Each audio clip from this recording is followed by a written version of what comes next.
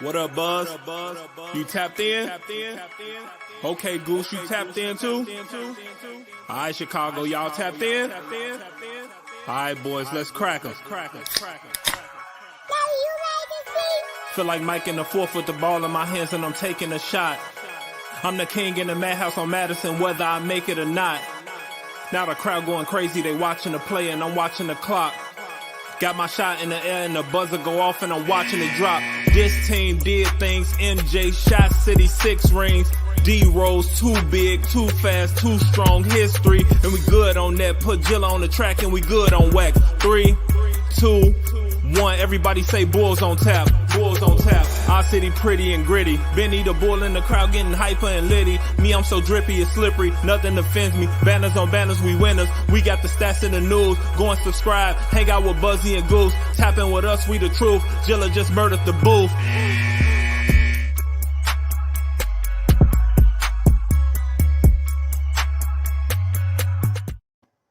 Ladies and gentlemen, welcome to Bulls on Tap. I'm your boy Buzz. I'm joined by my dude Goose, aka Bull Scripted, and we're here to recap another Chicago Bulls victory in New York, this time in Brooklyn, 111-107. Before we do that, be sure you're going to ontapsportsnet.com for all your Chicago sports literature and podcasting needs. Following us on Twitter at BullsOnTap, at OnTapSportsNet. Follow my dude Goose at Bull Scripted, me at BuzzOnTap.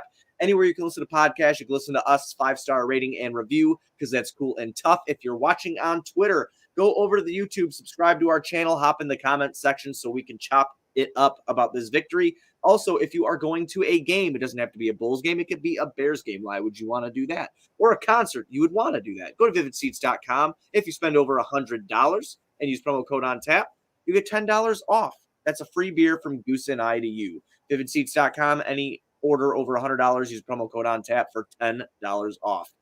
Goose, it's a mouthful. It's getting longer when I have to do that. I'm running out of breath, but I feel good about it right now. Like I'm not going to pass out because holy shit, man. What a win over Brooklyn. 7 losses this year for Brooklyn, Goose. 7. Guess how many times the Bulls got them? Twice. We gave them 2. Gave and them the 2. only way to get to number 1 when you're number 2 is to win. And the Bulls pulled it off tonight. That fourth quarter was probably some of the best basketball that I've watched in a long time, especially from the Bulls organization. I don't think that's a question on that front. And as our friend Cody said in the chat there, Io with some giant moments again. Cody's on cloud 9 right now because Cody's a huge fucking Illinois guy. So Cody's like to the moon. I am too. I love Illinois. I didn't go to college at all, but I love Illinois. But, it's just. Your mom goes to college. Yeah, your mom goes to college. But, I'm super stoked on him, Cody. And in my biased opinion as well, Io is the rookie of the year, and it's not even fucking close. But Goose, man, this game starts off rough for the Bulls. 9-0, they go down immediately. They made some good runs and were able to keep it close. I felt like the second and the fourth quarter were very telling in this game. The reason I bring up the second quarter is DeRozan kind of started taking over in that second, along with a guy who's playing great defense and running in transition, and Io Sumu. I feel like they really had it going in that second quarter. Obviously, we'll get through the whole game. Caruso ends up starting the game tonight. He ends up not coming back after the first quarter. The hamstring is bothering him. I really hope that doesn't go on long. You don't want to miss a guy like that. But even with the Bulls missing Javonte Green, who was diagnosed with COVID-19, Alex Caruso missing the time that he missed today, Bulls are able to next man up mentality. I hear Tibbs in the back of my mind right now. Next man up, work. And then that's what they did, dude. I mean, I hope a lot of people watch this game because this was a fucking really great Bulls game to watch. No, I mean, DeMar DeRozan going head-to-head with Kevin Durant was insane. Like, I was losing my mind. Like, the shots that DeMar was hitting over a 7-foot whatever Durant, because I don't believe he's only 7 foot, and that wingspan is ridiculous. So to be knocking these middies and these, 20-foot jumpers, just inside the 3-point line because he needed that much arc to get it over this monster. And he's just drilling them. And then Zach, when given the opportunity, is finishing these insane layups, double clutching, Yeah. Step back threes. He's hardening Harden in his face, in his house, and I am just loving every minute of it. Like this is what we signed up for. Like, Yeah, this, right. This is Chicago fucking basketball. They said they wanted to make this team cool again. I don't know that I've felt cooler since like my toddler years. That I have not been on a cloud this high in a very long time when it comes to this team. We got our boy Sean in the comments saying that DeRozan just makes him feel so secure. I want him to hold me too, man. I love it every time he gets it fucking going and hits these middies. It's just this sense of comfort when he pulls up. I feel confident, and I can't tell you the last time I felt Derrick Rose and maybe Jimmy a little bit. I'll give Jimmy the credit where he deserves it. Derrick Rose and Jimmy are like the last time I felt confident when one of our players were pulling up, and this even goes for Zach. I love Zach, but I don't think DeMar is going to miss every time he pulls up for a shot. Not when it's clutch time. No. Like in the beginning of the game, I'm a little hit or miss. Like I get that kind of feeling like, ooh, I don't know if I like that one. Ooh, I don't know if I like that one. And then obviously as soon as they start going in, they all look beautiful. Right. But the drive that he had on Aldridge where he just stopped on a dime. Oh, right at the LA was still line. rolling. Just yeah. Oh, it was beautiful. Dude, we played on the same team. You didn't know what I was gonna do? Yeah, it was beautiful shit, man. I again, he just played his ass off. 38 minutes tonight for DeMar DeRozan. 13 for 24 from the floor, 1 for 2 from downtown, 2 for 4 from the free throw line. He finishes with 29 points, 6 rebounds, and 3 assists. He obviously has the huge fourth quarter there that every time Brooklyn got back within striking distance, it felt like DeMar DeRozan iced the game. Now, a guy that truly iced the game tonight in the fourth quarter with another really bad shooting night. His last 2 games, Lonzo Ball is 4 of 17 from three-point land. Yeah, that's not what we're used to this year. Obviously, he was a 43% shooter before that. I believe he's now dipped to like 40 or 41.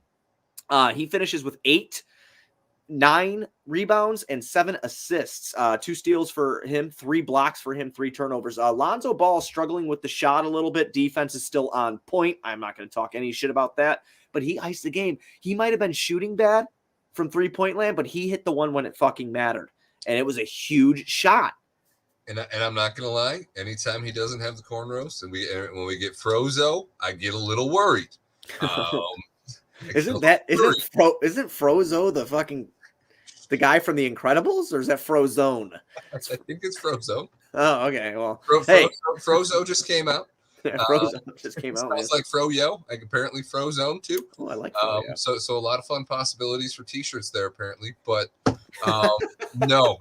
Braided Zoe definitely instills more confidence in me, and I feel he plays with more confidence on the offensive end. But that shot tonight, man, I was shaking. And then it went in, and I was dancing. Our boy Alex Rude texted me as soon as that shot went down. He was just like, "Holy shit, Zoe!" And I'm like, I fell over, dude. I fell off the couch. I was fucking, I was all for it. That was an amazing shot. The composure, dude, and you saw the relief come up like off of his face when he hit that. That shows you he is aware of how bad he's been shooting the last 2 games. Because that other night in the corner, him and Caruso couldn't hit. The ocean with a cannonball. Right. I mean, it was unbelievable. The relief that came off of Zoe's face when he finally hit that shot. It was huge for him to hit it. And that put the Bulls up 4, and it was huge. A big shot, or it was 5. I'm sorry. Put him up 5. Big shot from Zoe. I really liked it. I'm glad that he was able to hit it. And hopefully that just carries on into our next game. And, he starts getting that confidence back. Nikola Vucevic tonight. I'm kind of running through the starters here real quick. 5 for 13 from the field for 11 points, 5 boards, 2 assists, 1 steal, no turnovers. Vooch, I feel like the Bulls didn't feed Vooch a lot in the beginning of the game. And by the beginning, I mean like the first, 7-8 minutes of the game. I feel like there was times where Vooch could have, really benefited from getting the ball in the post to get him going early. It didn't happen for him. He missed a couple gimme shots, and it kind of went to a pre-COVID Vooch game a little bit from him. Not really looking to shoot the ball at the top, really looking to move it. I don't know if he just kind of fell off tonight in his 35 minutes, but regardless, I mean, I'm not going to bitch too bad. The Bulls come out with a win, but when he's on, as we saw the other night in New York, and as we even saw before that against Charlotte, when he is on, this team is very hard to beat. but he wasn't doing a lot of little things that he typically does. But I will give him credit at one thing, though. Every shot Brooklyn got at that in the paint and towards the rim, he was putting his body there to contest it. So I'll give him credit for that, but just kind of a poor offensive performance from him tonight. Yeah, he kind of seemed just to be out there. Yeah. Like he was there, but he wasn't really playing, but he was playing. It just wasn't what we're used to. And that's all right. Like you said, he is still coming back from that COVID thing. Just seeing him get some of that confidence going. If you can take a night off while playing and get a win against the best team in your conference, fuck it. I'm not going to complain about it.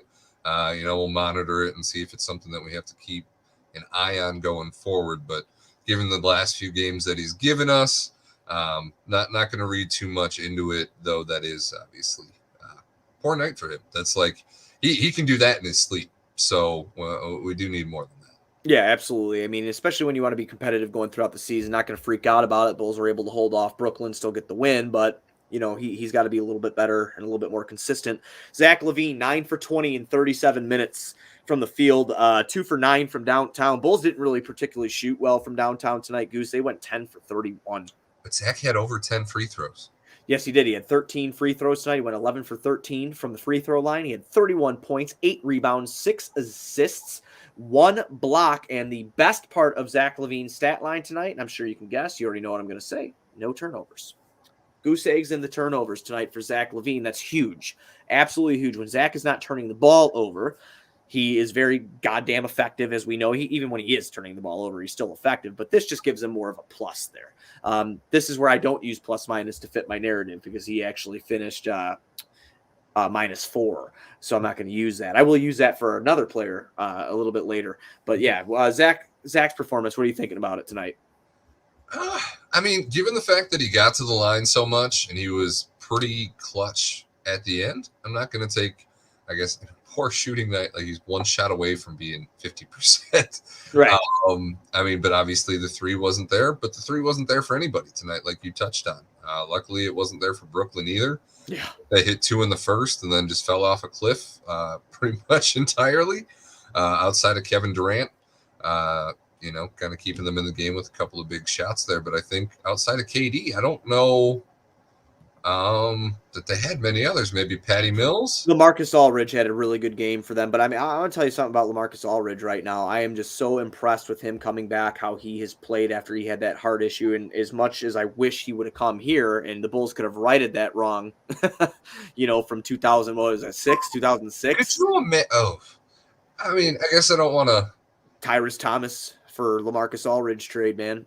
But I tell you, he played well, and he's been playing well for Brooklyn. But he finished with 20. Power forward. Do you think having him would make us that much better, or do you think our lack of a power forward has kind of forced us into this formula that we've found that is working?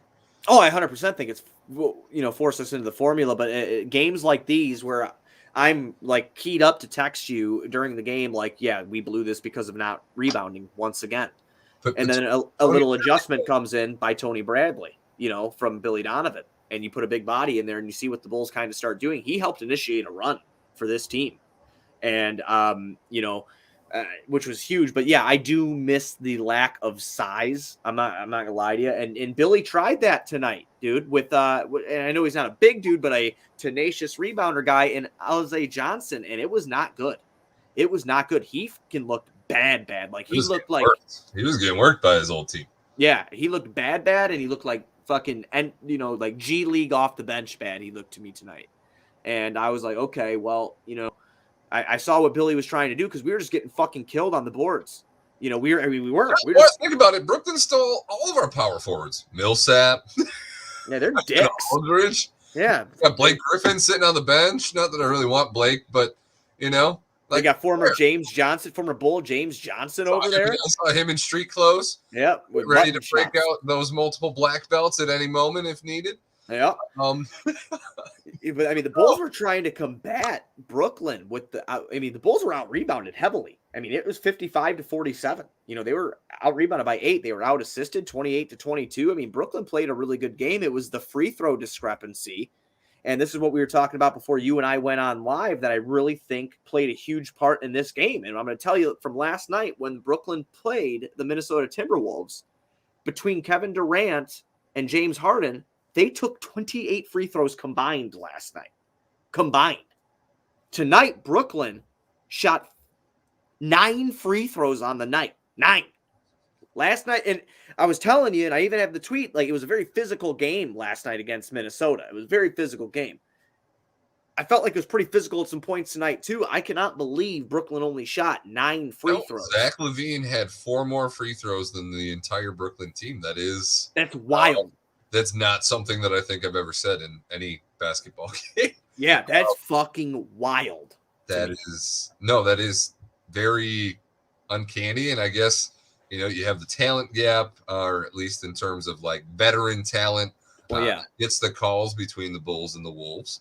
But the difference between the Bulls and the Nets isn't 9 to 20 plus. 27, yeah. 27 to 9. Yeah, they took a third. They took a third of our free throws. Yeah. So, don't know what's going on with the officiating. I don't know if their rule change is really just being fuck you, James Harden. Oh yeah, like they're just not going to give him a damn thing, and they don't have to anymore. So they're like, cry all you want.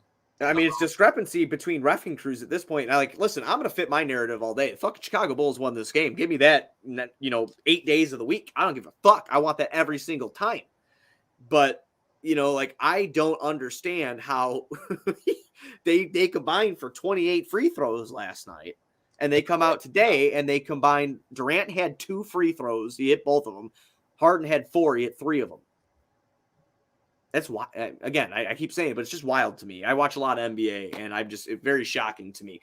I will say the defense played on James Harden tonight by Lonzo Ball was absolutely fantastic. And you know what? Io got up into him, too, a couple times. And they blocked tonight. Oh, clutch. Sick. Yes. Clutch. Huge moment. I mean, he shined in a couple big moments. He had that the shot that DeMar missed that he had to put back on, but he also had that baseline jump shot that he hit in the beginning of the fourth. Mid-range pull-up, like yes. half midi, half floater kind of yes. thing. And like I said, the defense on Harden tonight, too, I mean, between, Io and Ball, 5 for 21 for James Harden, 1 for 5 from downtown. He had 14 points, 14 assists.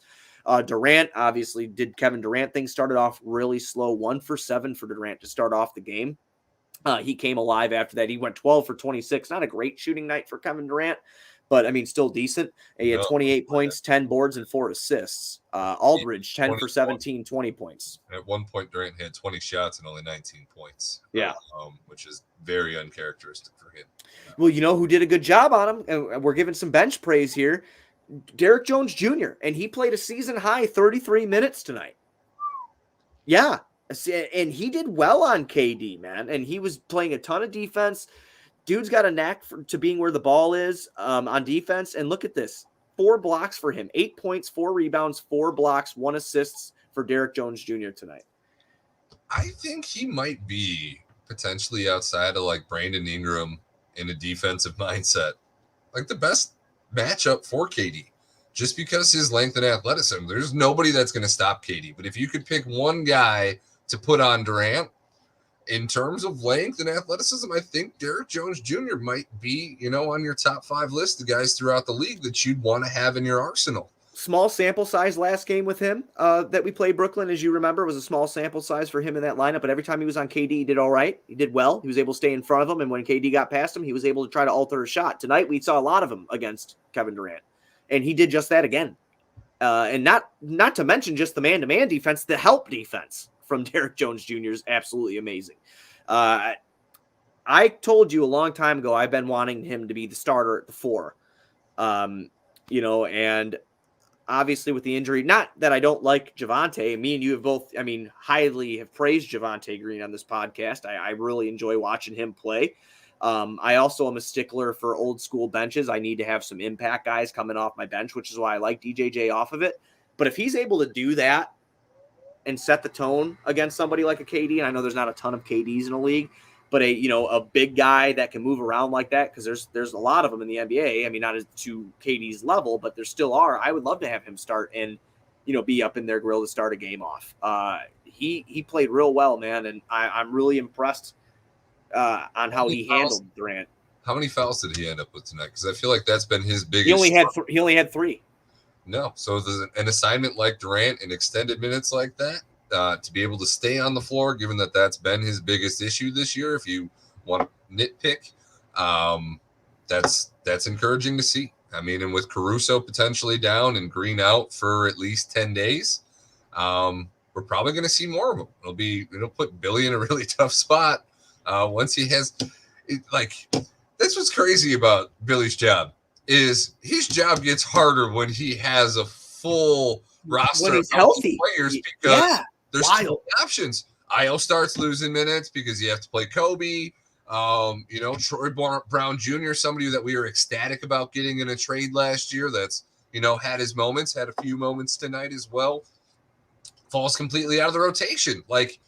Your team is too good to the point where injury. You're playing guys that can get minutes on other teams, or you're sitting guys that can get minutes on other teams, and it's a good problem to have, but it's also, like you said, it makes Billy's job really hard because what's the right call to make? Like Io DeSumo, let's touch on that. You brought up Kobe. Obviously, Kobe's out with COVID right now. When Io gets consistent minutes and he's not broken up between Kobe, we're seeing a player that is a definite rotational piece that can come in, hit a big shot here and there, make a right decision. We've seen him start making right decisions. We're literally watching him learn above us or in front of us. And then you have him on the defensive end able to hold his own against a multi-time all-star. And he can do that to other players too. It's, Billy's got a hard job, but as Alex Ruud just said, he just beat me to it. Here, I'll throw it up on the screen. Billy's going to be a Hall of Fame coach. He knows what to do.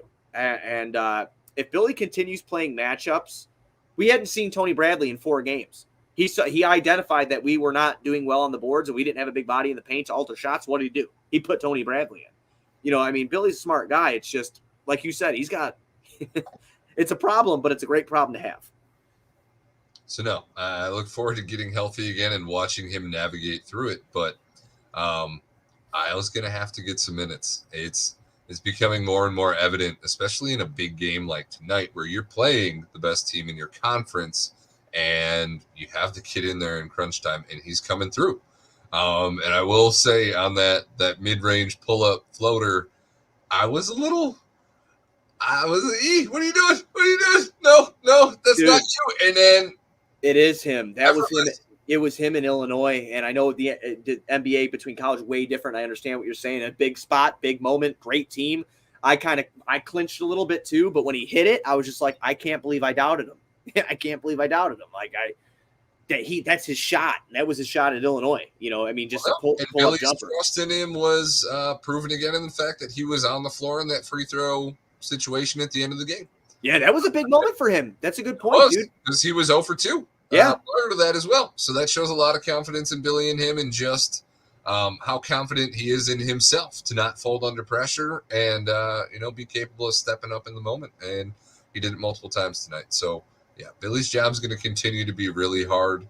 But that's a good thing for us as fans because it means that we have it is crazy to think of the turnover that they did. Crazy. Listening to the Nets broadcast tonight, Richard Jefferson was pretty. Did you listen? Oh, you listened to the Nets broadcast tonight? I love how you do that. Do you ever miss listening to Stacey or anything, or you just do it to be subjective? Right? Just to hear what they're saying. I can listen to Adam and Stacey, and there's nights that I do. I guess I miss it. I miss the calls. Stacey's traditional style about it, but hearing Richard Jefferson, somebody who's a basketball player, somebody who's played against DeMar DeRozan, who has insight like that, it's definitely interesting to hear them break down a game. Listening to them, he was gushing over the work that they've done, talking about coming from Denver and how fast that it's happened and how the Nets have actually struggled against good teams, and the Bulls are not a team that is in that middle tier that they are and are continuing to prove as the season started that they are a team to contend and worry about. Like, they have the talent, they have the continuity, they have the roster construction that fits together in a way that a lot of these teams don't. And it's starting to be recognized around the league, not just from Bulls fans or from us homers. It is widespread.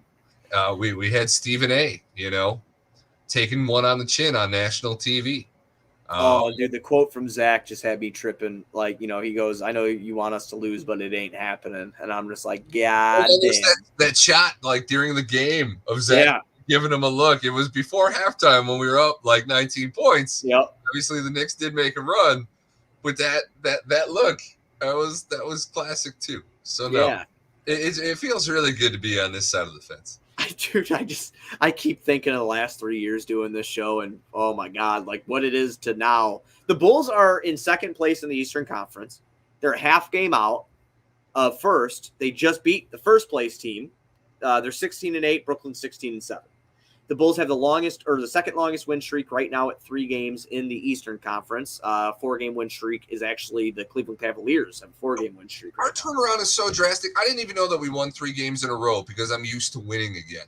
Before, when we won 3 games in a row, I was ready to take my clothes off in negative 20-degree weather and go run around in the wintertime because it just didn't happen. And it was a feeling that we lost and like we didn't know what it was. And now we're, not even 30 games into the season and I'm getting spoiled. We're on a streak and I forgot.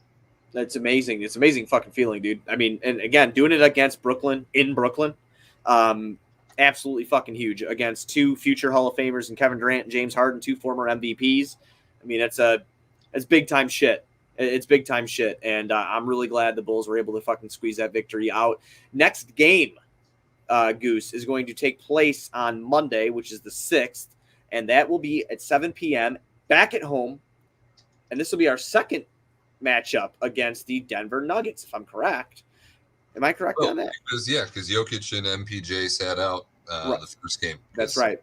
Our tourists made a call. And it was 114 to 108 in that game that we beat them. MPJ obviously will not play again due to his season-ending back surgery, but Jokic will be in the lineup. Now, on the injury report, it is obviously, I don't believe Jamal Murray's not back. He tore his ACL. He's not back. Austin Rivers is going to be probably out of that game. Bull will be out, and Highland will be out. Kobe White, Javonte Green will be out for the Bulls, and Alex Caruso is probably doubtful to play in that game if he's got a hamstring injury. They're probably going to try to want to rest him a little bit here, give him a couple days to figure it out. But yeah, a good team coming through. Denver's, they're 11-11 right now. I know that they are not as good as they've been in the past, but they still have the MVP, the reigning MVP on their team. And they're a little banged up and hurt too. I think that's something that we need to, keep into consideration when they come into the United Center, to not take them lightly because of that. We've seen the Bulls take some teams lightly this year, a la Houston, Portland, Indiana. I'm going to say gone on like a 4 or 5 game win streak since they beat us. They played well. They've been playing well. I mean, Christian Wood's been playing real well over there. I mean, they don't low key have a young, exciting team. They got some talent there. Well, I was going to say that that was like a team. I think they're more talented than we were, but like we would be doing, Rockets on tap or whatever. Be excited about, the young potential that is there. Whether they were losing or winning or not sucks, but I mean, at least you get to see people develop over there. But we can't take Denver lightly, man. Keep this rolling here. I want to so badly get 10 games over 500. We're 2 games away from it. You get me 10 games over 500, I'm gonna I'll chug pickle juice. I swear to God, I'll fucking do it, dude. I want to pull one out of Cody's book.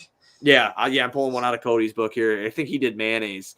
I'll do the pickle juice. I don't want to watch you chug mayonnaise. No, I can't do that. Chug pickle juice. That would be enjoyable for me. Watching you chug mayonnaise, I'd puke. I'd puke for you. Can I ask why the pickle juice would be enjoyable? Just because, just because that's like sour and it's not like thick and weird to watch. I don't want to think. I don't want to think about it. It's making me gag. You asked. Yeah, I did. I'm stopping you in the middle of it. I don't want to think about it. So the pickle juice looks like sour Gatorade. So just that would be enjoyable. The other one, not so much. We're not going to say the M word on this podcast ever. No more mayonnaise, bro. No, you said it. I'm sorry. I didn't mean to. The Nuggets are coming off a win tonight against the New York Knicks. The Knicks getting fucked again. Yep, they actually fall a game below 500. Goose. They're a game below 500. Jokic had a huge game, 32 and 11 from him tonight, 5 assists. basically who you're really worrying about here is Will Barton, Jokic, and Aaron Gordon. And Aaron Gordon's just not. I don't care what you say. I'm scared of Campazzo, man. I don't want to say. He's like if you put JJ Barea and Alex Caruso into a person. That's what you'd get. Seems like a really fucking annoying player. Yeah. Yeah, that'd be a really annoying guy to go up against. I don't want to. I'm not looking forward to that. He's like a gnat and a mosquito. Yeah. I can go on and on, man. Jesus H. But yeah, so Bulls need to take them fucking seriously, man. And I really don't have much else. So you have anything you want to touch on from the game that just passed, or any general feelings before we ride on out here? Zach and DeMar for co-president. How wild would that be? Both in the top 3 in fourth quarter scoring in the NBA, and both get co-MVP. Oh, that would be fucking dope. Didn't that happen in our lifetime before? Didn't Shaq and somebody get co-MVP? I got to look at that. There's Shaq and somebody would have to be Shaq and Kobe. No, well, that was All-Star game. Okay. I don't think there was ever a co-NBA MVP. It was just in the All-Star game. Okay, my bad. Now I feel like an idiot. It's okay. Anyway, I don't really have much else, like I said. I just hope the Bulls come out on Denver and Chicago against Denver, kick their ass, take them out. And like I said, inch close to this 10 games above 500 thing. We absolutely need that. Good health to, Javonte Green and Kobe White, and hopefully Caruso's not too fucked up, and we can get him back sooner rather than later. Your closing thoughts? I don't know. Let's just keep riding. I like the streaking feeling, even if I forgot that we were streaking. I would like to keep streaking, and let's get on top of this conference. Let's shock the world here, because even we didn't expect being top 2. Obviously, we're only a third of the way through the season here, but still, just what a fucking time. What a time to be a Bulls fan. Everybody, be sure you're going on tapsportsnet.com for all your Chicago sports literature and podcasting needs. Following us on Twitter at BullsOnTap, at OnTapSportsNet. Following Goose at BullsScripted, me at BuzzOnTap. 5-star rating and review anywhere you listen to podcasts, because you can listen to us there. VividSeats.com, any order over $100. Use promo code ONTAP. You'll get $10 off that order. That's a free beer from Goose and I to you. We'll be back on Monday night after the Bulls play the Denver Nuggets. Let's go Bulls.